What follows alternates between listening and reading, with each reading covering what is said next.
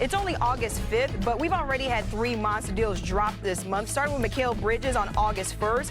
Then, of course, Luka signed a 3-year, $165 million extension on Saturday. And finally, yesterday, De'Aaron Fox with a full 4-year max, $229 million with the Spurs.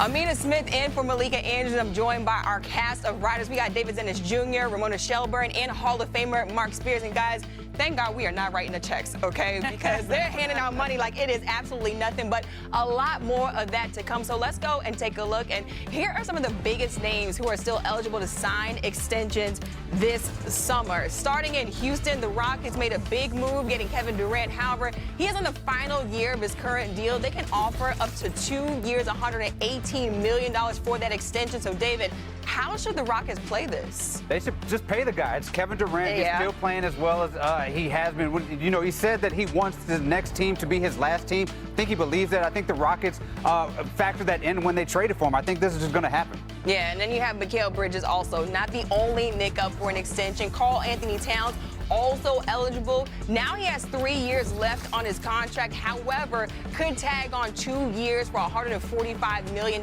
Ramona, is this something that the Knicks should do?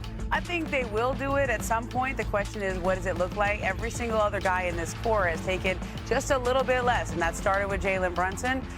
This core went to the Eastern Conference Finals. They were just a little bit away from beating the Pacers, and so I think they want to lock up Karl Towns at some point. The question will be for how much, and does he give them any kind of discount? Now, Ja Morant also has 3 years left on his deal in Memphis. Mark, he can sign a 2-year extension. Should Memphis get something done now or just wait on this deal?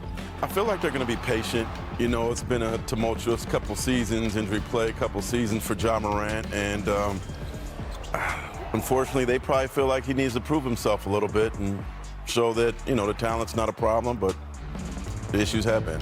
Yeah, let's welcome you guys here on ESPN right now. David Dennis Jr., Amina Smith, Ramona Shelburne, and Mark Spears here with you, talking about some big names in the NBA. But there's also one more name with some urgency. We got Trae Young in the final year of his deal with the Hawks. He's been extension eligible for about a month now, but no deal struck so far. And you have to imagine he's looking very closely at his fellow point guard in De'Aaron Fox on the max deal he just signed as well. Trae dropped a revealing post earlier this week. And if you're following NFL news, you've probably seen Micah Parsons is in a contract dispute with the Cowboys. He wrote a book. Yeah, he wrote, exactly. He did write a book. Take a look at this reaction from Trae Young right here. Quote, "This is why you pay the man early. When someone will take less early to stay in a place he wanted to be forever, you do it. The price only goes up now. Get what you deserve, bro." Look, I know social media is almost like just telling. Whenever somebody retweets something or says something or quote tweets, you know there's some emotion there. What do the Hawks do with Trae Young? Well, first thing is, if you're Trae Young, you got to be thankful you don't have to deal with Jerry Jones. So that's a good thing that you got in your favor. Yes. I mean, the Trae Young Hawks thing is really fascinating to me. I mean, this felt more tenuous a few months ago. The Hawks made the offseason moves with Porzingis and, Alexander Walker, and it felt like there really is some enthusiasm here. Because for me, with the way that this team looks, this is going to be a top 4 team in the East, and I think there are some Pacers potential for this year for this team in the playoff run.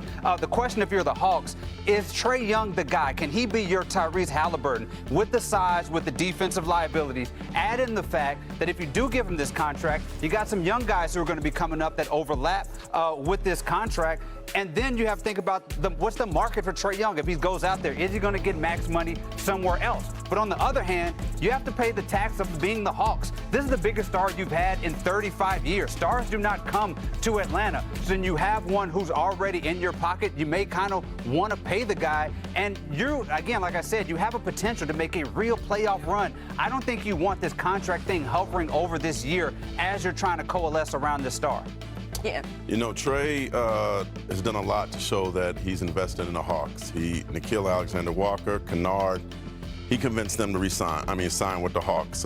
Instead of going with the Jordan thing this summer, he came to Summer League and he got to meet with, Bryson Graham, the new president, some other new front office guys. So there's a new front office in Atlanta that's trying to make decisions. But what I'm hearing now at this point, and you could tell by Trae's tweet, and I saw him during the finals, I think he's disappointed that it hasn't been offered. So don't be surprised at this point that he plays this out. and sees what happened next summer. But to me, Trae has nothing to prove. So, and here's the He's a star. overarching question here in the NBA is when they did the new CBA, they made it so that you could offer an extension earlier. And this is somewhat what led to De'Aaron Fox ended up being traded out of Sacramento. Sometimes, as one GM told me, sometimes you don't want to know the answer yet, right? He still has 2 years left on the 5-year extension he signed before, Trae Young. Yeah. So this is early, and as he sort of suggested with that, whether it's a subtweet or just reacting to Micah Parsons' notes comment to Jerry Jones, this is early, and when you do something early, sometimes guys are willing to take a little discount. But they've had an opportunity to do something early, and I think if you're the Hawks, you might want to see how this team plays it out right now before you commit all that money to Trae Young. You might want to see if these moves work out. You want to see how the young players grow together. But because the extension rules now have been changed to where you get the answer early, it's created a friction here. Yeah, I almost feel like you don't want that hanging over your head, though. That's I feel like that's a really good point. You don't want, especially if you're a star player, Agreed. you don't want that issue hanging over your head for the whole season. He's their new Dominique Wilkins. Yeah. He's the best, one of the best shooters in the league. I don't think he has anything to prove. But they're just new sheriffs in town that are trying to figure out what they want to do with this new young group. Yeah, but you want to get this thing settled, I think, because I mean, like I said, look at where the East is. Look at what the Hawks have done. If I'm Trae Young, I said I've got you guys to Eastern Conference Finals. We can talk about all the stuff that happened and get us there, but I got you to Eastern Conference Finals, and it was just me. And now we have a team around me that I can finally get you guys maybe to that we're excited about, that really has a shot. There's no Boston. There's no Pacers there.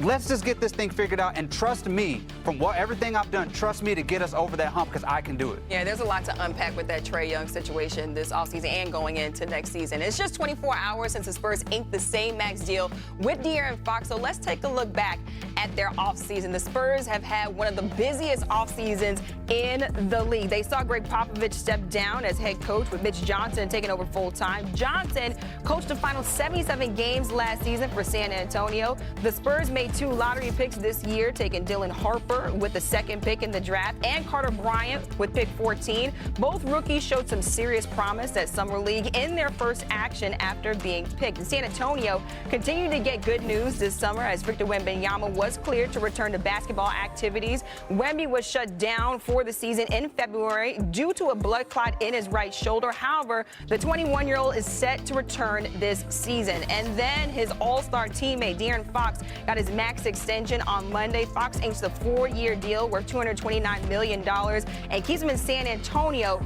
through 2030. So Fox is 27 and firmly entering the prime of his career, and the Spurs hope to capitalize on that with this commitment. His new deal kicks in at the start of the 2026 season, and at that time, he'll be the 2nd highest average value in the league for any guard, only behind Steph Curry. So Ramona, there's been a lot of talk on social media between yesterday, this news coming out, and right now, whether or not De'Aaron Fox, not that he deserves the deal, but if they should pay that much for him. What say you? Listen, it's a percentage of the cap. So I know that all of us look at the numbers and we go, wow, that's a lot of money. But it's a percentage of the cap, just like it's always been a percentage of the cap. And I think when they made the trade for De'Aaron Fox, they always knew they were going to give him this deal. This is not a surprise.